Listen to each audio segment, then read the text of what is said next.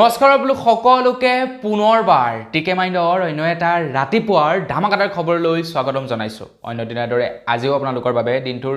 কেইবাটাও গুৰুত্বপূৰ্ণ খবৰ লৈ আহিছো। ভিডিঅ'টো প্ৰথমৰ পৰা শেষলৈকে চাই থাকিব। আগবাইছো আজিৰ প্ৰথমটো খবৰ ফালে। প্ৰথম খবৰটো ওলাইছে যিসকল লোকে BSNLৰ সিম কাৰ্ড ব্যৱহাৰ কৰে তেওঁলোকৰ কাৰণে এটা ভাল খবৰ।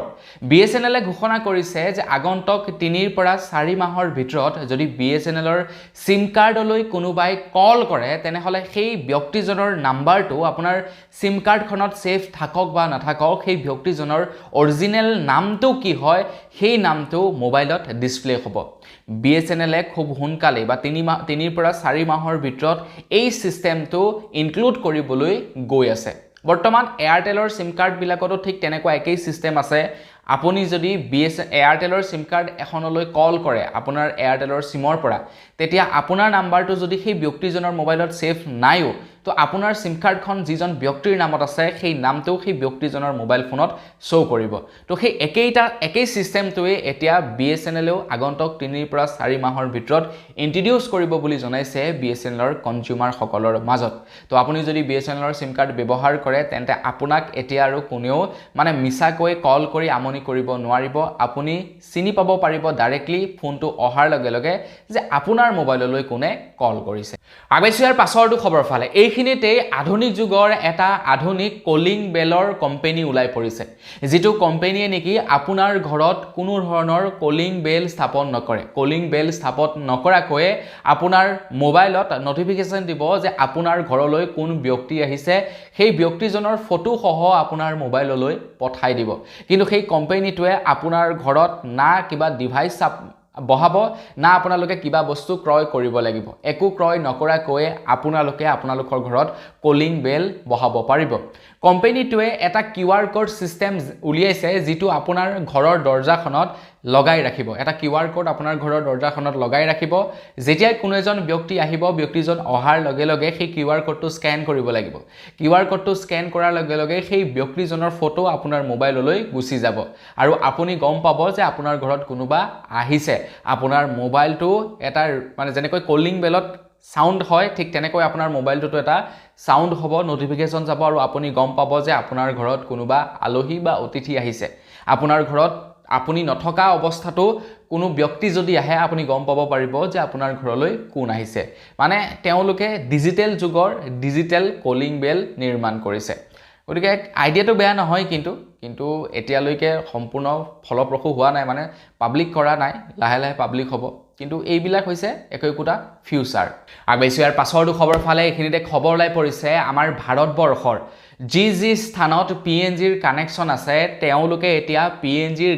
PNGৰ কানেকশনেই ব্যৱহাৰ কৰিব লাগিব। LPG ব্যৱহাৰ কৰিব নোৱাৰিব। আগন্তুক 90 দিনৰ এটা ডেডলাইন বান্ধি দিছে।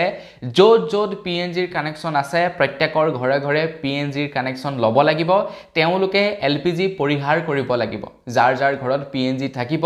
তেওঁলোকে LPG টেংকি বা LPG গেছ নাপাব। তো PNG মানে হৈছে পাইপলাইনৰ জৰিয়তে যি নেকি গেছ প্ৰদান কৰে মানুহৰ ঘৰে ঘৰে। তো বিভিন্ন স্থানত আছে আমাৰ অসমৰ, কিন্তু অসমৰ প্ৰত্যেকখন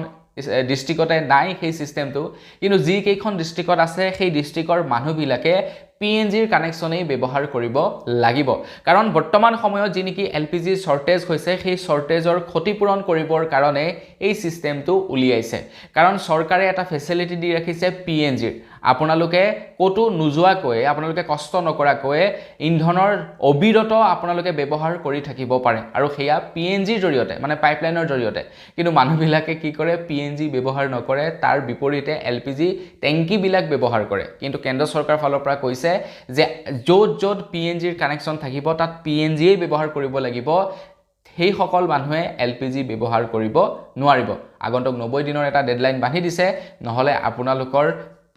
LPGৰ যিখন কাৰ্ড সেই কাৰ্ডখন কিন্তু বৰখাস্ত কৰা হ'ব বুলি জনাইছে, বাইখন কাটি দিব বুলি জনাইছে। আগবাইছো ইয়াৰ পাছৰটো খবৰ ফালে। যোৱাকালি শিৱসাগৰত প্ৰতিদিন কাকতৰ বাতৰিসমূহ জ্বলাই দিয়ে। যোৱাকালি প্ৰতিদিনৰ বাতৰিসমূহ পঢ়িবলৈ নাপালে শিৱসাগৰত। এই কামটো কিয় হ'ল বাৰু আপোনালোকে জানেনে? এই কামটো এই কাৰণে হ'ল কাৰণ যোৱাকালিৰ বাতৰি কাকতখনত বিজেপিৰ এইবাৰ শিৱসাগৰ সমষ্টিৰ যিজন প্ৰাৰ্থী সেই প্ৰাৰ্থীজনৰ বিৰুদ্ধে বাতৰি প্ৰচাৰ কৰা হৈছিল। আৰু তাৰ পাছতেই যোৱাকালি প্ৰতিদিনৰ যিমানখিনি বাতৰি আহিছিলে শিৱসাগৰলৈ গোটেই বাতৰিসমূহ জ্বলাই দিয়ে এই সন্দৰ্ভত যেতিয়া অসমৰ মুখ্যমন্ত্ৰী ডক্টৰ হিমন্ত বিশ্ব শৰ্মাদেৱক সোধা গ'ল তেতিয়া মন্ত্ৰী হিমন্ত বিশ্ব শৰ্মাদেৱে কৈছে যে বাতৰি কাকত জ্বলোৱাটোক আমি কোনো পধ্যেই একচেপ্ট নকৰোঁ বা কোনো পধ্যেই ছাপোৰ্ট নকৰোঁ কিন্তু প্ৰতিদিন কাকতখন বৰ্তমান সময়ত চৰকাৰ বিৰোধী বা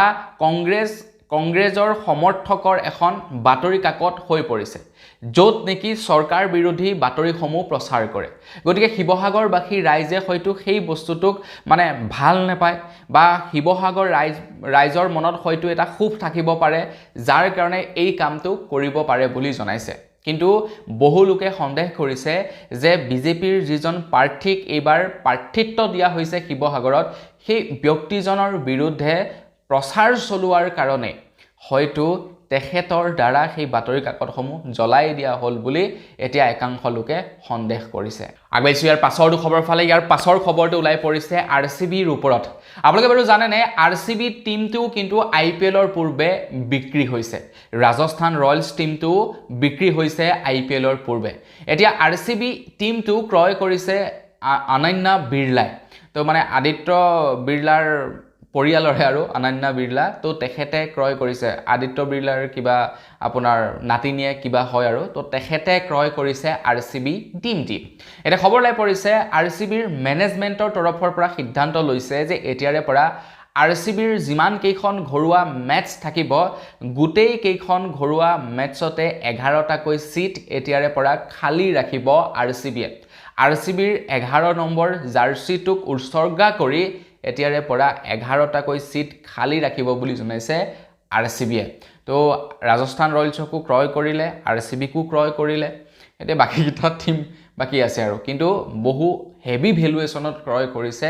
এই দুটা টিমক আপোনাৰ ৰাজস্থান ৰয়েলছক প্ৰায় 16,000 কোটি ভ্যালুৱেশনত ক্ৰয় কৰিছে আৰচিবিৰ এমাউণ্টটো কিমান এক্স্যাক্টলি নাজানো আগবাইছো ইয়াৰ পাছৰটো খবৰ ফালে খবৰ লাই পৰিছে ডিবি ষ্টকৰ ওপৰত আপোনালোকে বাৰু দীপাংকৰ বৰ্মন নামটো শুনা পাইছিলেনে যিটো সময়ত নেকি আমাৰ অসমত এটা ট্ৰেডিং কেলেংকাৰী হৈছিল সেই ট্ৰেডিং কেলেংকাৰীৰ সূত্ৰপাত হোৱা মানুহজনেই হৈছিল দীপাংকৰ বৰ্মন মানে যিজন ব্যক্তিৰ পৰা ট্ৰেডিং কেলেংকাৰীটো ওলাই পৰিছিল সেইজনেই হৈছে দীপাংকৰ বৰ্মন তো তেখেতক আৰক্ষীয়ে এৰেষ্ট কৰিছিল তেখেতে প্ৰায় 400 কোটি টকাৰ তেখেতে কেলেংকাৰী কৰিছিল আমাৰ অসমেই নহয় অসমৰ লগতে ভাৰতৰ বিভিন্ন ৰাজ্যত তেখেতে প্ৰায় 400 কোটি টকাৰ কেলেংকাৰী কৰিছিল এটা খবৰ লাই পৰিছে যে তেখেতৰ হা সম্পত্তি জব্দ কৰা হৈছে প্ৰায় 15,000তকৈও অধিক মানুহক তেখেতে প্ৰবঞ্চনা কৰিছিল সৰ্বমুঠ টকাৰ ভ্যালুৱেশন আছিল প্ৰায় 400 কোটি টকাৰ তেখেতে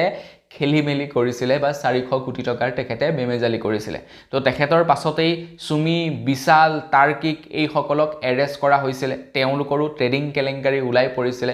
গতিকে সেই গুটেখিনি আৰু সেই সময়তে ফচিছিলে তো সুমি বাৰু এতিয়া মুকলি আকাশৰ তলত আপোনাৰ বিশালু মুকলি আকাশৰ তলত কিন্তু দীপাংকৰ বৰ্মনৰ সম্পত্তি জব্দ কৰিছে বুলি খবৰ ওলাই পৰিছে আগবাইছো ইয়াৰ পাছৰটো খবৰ ফালে মই আপোনালোকক প্ৰথমেই কৈছো যে শিৱসাগৰ সমষ্টিত শিৱসাগৰত এইবাৰ বিজেপিয়ে প্ৰাৰ্থিত্ব আগবঢ়োৱা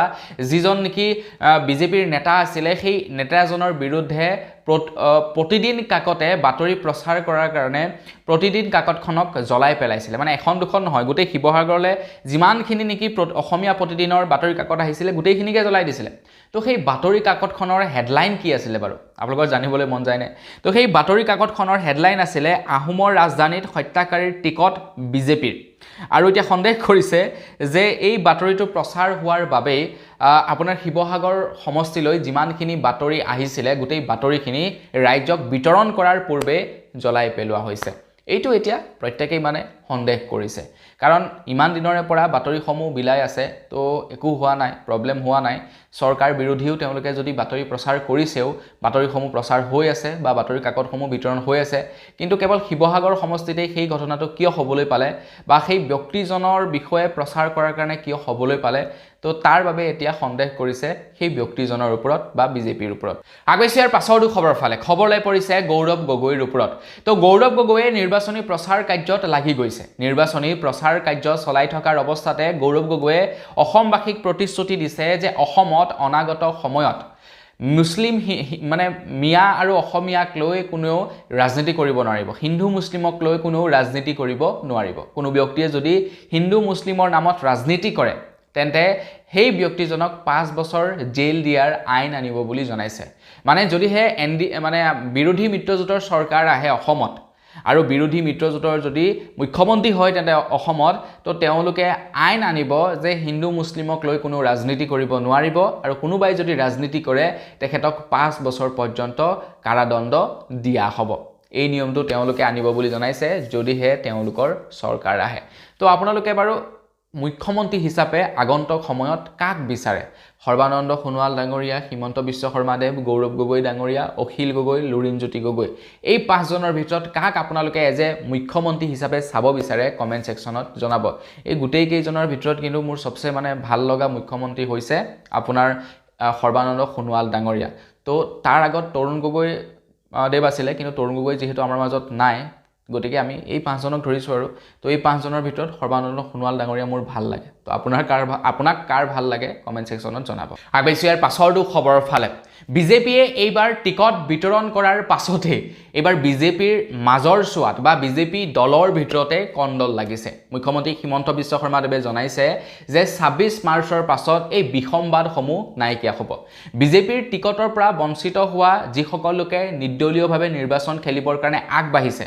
বা যিসকল লোকে নেকি বিজেপি ত্যাগ কৰিছে তেওঁলোক আকৌ কংগ্ৰেছলৈ ঘূৰি আহিব বুলি জনাইছে 26 মাৰ্চৰ পাছত বিজেপি দলটিৰ মাজত কোনো বিসম্বাদেই নাথাকিব বুলি জনাইছে মন্ত্ৰী হিমন্ত বিশ্ব শৰ্মাদেৱে যিসকল লোকে মনোনয়ন পত্ৰ দাখিল কৰিছে তেওঁলোকে মনোনয়ন পত্ৰ উঠাই ল'ব মানে যিসকলে বিজেপিৰ এগেইনষ্টত নিৰ্বাচন খেলিবৰ কাৰণে আগবাঢ়িছে তেওঁলোকে মনোনয়ন পত্ৰ উঠাই ল'ব মন্ত্ৰী হিমন্ত বিশ্ব শৰ্মাদেৱে হয়তো সাগে সেই সকল লোকৰ লগত আলাপ আলোচনা কৰি বুজাবুজি কৰিছে যেনেকৈ নেকি অমিয় কুমাৰ ভূঞাৰ হৈতে বুজাবুজি কৰিলে তো তেখেতক অসম ৰাজ্যিক বিজেপিৰ উপসভাপতিৰ পদটো দি দিলে আৰু তেখেতে খুব সুন্দৰকৈ একচেপ্টটো কৰিলে ঠিক তেনেকৈ হয়তো প্ৰত্যেককে কিবা নহয় কিবা সাগে সহায় মানে সুযোগ দিব কাম কৰিবৰ কাৰণে ভাল পদবী দিব আৰু যাৰ কাৰণে হয়তো তেওঁলোক আকৌ বিজেপিলৈ ঘূৰি আহিব পাৰে আগবাইছো ইয়াৰ পাছৰটো খবৰ ফালে আমাৰ ভাৰতবৰ্ষত এতিয়া এলপিজিৰ যি সমস্যা হৈ আছে সেই সমস্যা আৰু নাইকিয়া হ'ব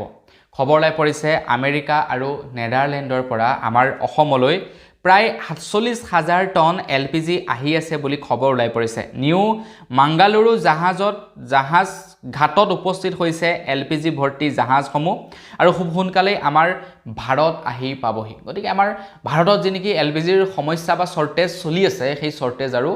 নাথাকিবগে আগবাইছো ইয়াৰ পাছৰটো খবৰ ফালে এইখিনিতে খবৰ ওলাই পৰিছে সোণৰ ওপৰত সোণৰ দাম হুৰা হুৰে কমিবলৈ আৰম্ভ কৰিছে এই যে সোণৰ দাম কমিলে আৰু মানে নৰখাই হৈছে কমি গৈয়ে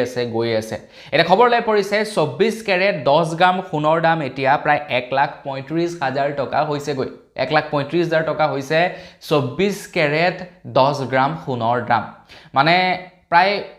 1,50,000 60,000 মান পাই গৈছিলেগে এতিয়া এই যে দাম কমিবলৈ আৰম্ভ কৰিলে কমিয়ে আছে আৰু যেতিয়ালৈকে যুদ্ধ নৰখে তেতিয়ালৈকে দাম কমিয়ে থাকিব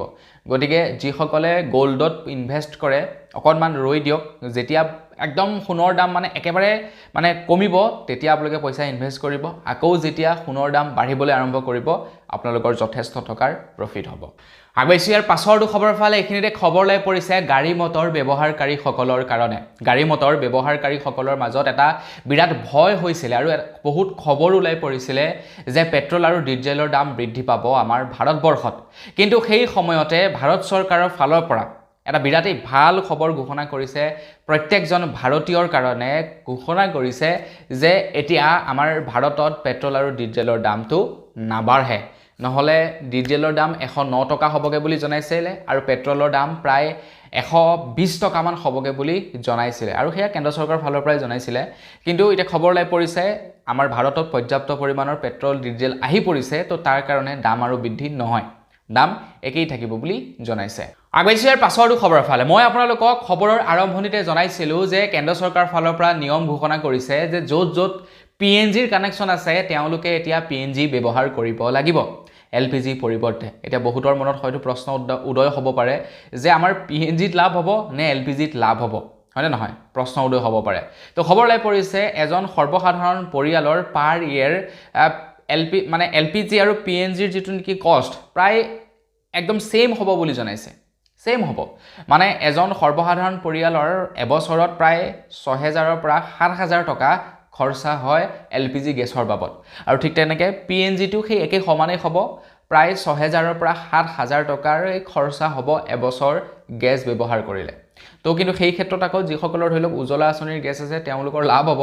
লাভ এই কাৰণে হ'ব কাৰণ তেওঁলোকে আকৌ সাবসিডি পায় LPGত কিন্তু PNGত নাপাব সাবসিডিটো সেইটো ডাঙৰ কথা গতে বছৰটোত যিমান ব্যৱহাৰ কৰিব তাৰ ওপৰত বিল আহিব আৰু সেই বিল পৰিশোধ কৰিবই লাগিব আগবাইছো ইয়াৰ পাছৰটো খবৰ ফালে আমাৰ দেশত কি হৈ আছে আমি বুজিও এতিয়া নুবুজাৰ ভাও ধৰিব লগা হৈছে খবৰ ওলাই পৰিছে যে ইলেকশ্যন কমিশ্যন ডিপাৰ্টমেণ্টৰ অফিচিয়েল নটিছত বিজেপিৰ চিহ্ন আৰু বিজেপিৰ ষ্টাম্প দেখিবলৈ পোৱা গৈছে ভাৰতীয় জনতা পাৰ্টিৰ সিম্বল আৰু ভাৰতীয় জনতা পাৰ্টিৰ যি নেকি তেওঁলোকৰ ষ্টাম্প সেই ষ্টাম্প দেখিবলৈ পোৱা গৈছে ইলেকশ্যন কমিশ্যন ডিপাৰ্টমেণ্টৰ নটিছসমূহত যেতিয়া নেকি কোনো এটা ডিপাৰ্টমেণ্টে বা কোনো এটা বিভাগে নটিছ জাৰি কৰে সেই নটিছখনত কি থাকে আপোনাৰ সেই ডিপাৰ্টমেণ্টৰ সিল মোহৰ থাকে কিন্তু ইলেকশ্যন কমিশ্যন ডিপাৰ্টমেণ্টৰ নটিছত দেখিবলৈ পোৱা গৈছে বিজেপিৰ সিল মোহৰ এতিয়া সকলো ৰাইজ মানে হতভম্ব হৈ পৰিছে আৰু এই সম্পৰ্কত বিৰোধীয়ে যেতিয়া প্ৰশ্ন কৰিছে তো ইলেকশ্যন কমিশ্যন ডিপাৰ্টমেণ্টৰ ফালৰ পৰা সিম্পলি কৈ দিছে যে এইটো এটা টেকনিক্যাল এৰৰ টেকনিক্যাল মিষ্টেক তো মিষ্টেকৰ ফলত এই ভুল মানে টেকনিক্যাল এৰৰৰ ফলত এই ভুলটো হৈছে গতিকে মানে সিৰিয়াসলি ল'ব নালাগে এটা দুটা এলফাবেট যদি ইফাল সিফাল হ'লহেঁতেন অকমান টেকনিক্যাল এৰৰ বুলি বুজি পাব পাৰিলোহেঁতেন একদম মানে ষ্টাম্প আৰু লোগো মানে তাতে ব্যৱহৃত হৈছে গতিকে এইটো কেনেকৈ টেকনিক্যাল এৰৰ বুলি ক'ব পাৰি এতিয়া বুজাই বুজিছে কিন্তু বুজিলেও কি লাভ হ'ব মানে নুবুজা হৈয়ে ভাও ধৰিব লগা হৈছে আগবাইছো ইয়াৰ পাছৰটো খবৰ ফালে এইখিনিতে সুপ্ৰিম কোৰ্টৰ তৰফৰ পৰা যিসকল লোকে নেকি খ্ৰীষ্টিয়ানৰ পৰা মুছলমানলৈ ধৰ্ম স্থানান্তৰিত কৰিছে তেওঁলোকৰ ওপৰত এটা বৃহৎ ৰায় প্ৰদান কৰিছে এতিয়াৰে পৰা খ্ৰীষ্টিয়ানৰ পৰা মুছলমান হোৱা লোকসকলে অনুসূচিত জাতিৰ মৰ্যাদা লাভ নকৰিব তেওঁলোকৰ অনুসূচিত জাতিৰ মৰ্যাদা খৰ্ব কৰা হ'ব বুলি সুপ্ৰিম কোৰ্টৰ ফালৰ পৰা জনোৱা হৈছে বহু স্থানত তেনেকুৱা হৈছে আমি অৰুণাচলতো দেখিবলৈ পাইছো বহুতো মুছলমান মানুহ খ্ৰীষ্টিয়ান মানুহ মুছলমান হৈছে ঠিক তেনেকে আমি বহু স্থানত দেখিবলৈ পাইছো বিভিন্ন ৰাজ্যত তেনেকুৱা হৈছে এটা সেইসকল ব্যক্তিক লৈ সুপ্ৰিম কোৰ্টে কৈছে যিসকল লোকে খ্ৰীষ্টিয়ানৰ পৰা মুছলিমৰ ধৰ্ম স্থানান্তৰিত কৰিছে তেওঁলোকে অনুসূচিত জাতিৰ যি নেকি মানে প্ৰমাণ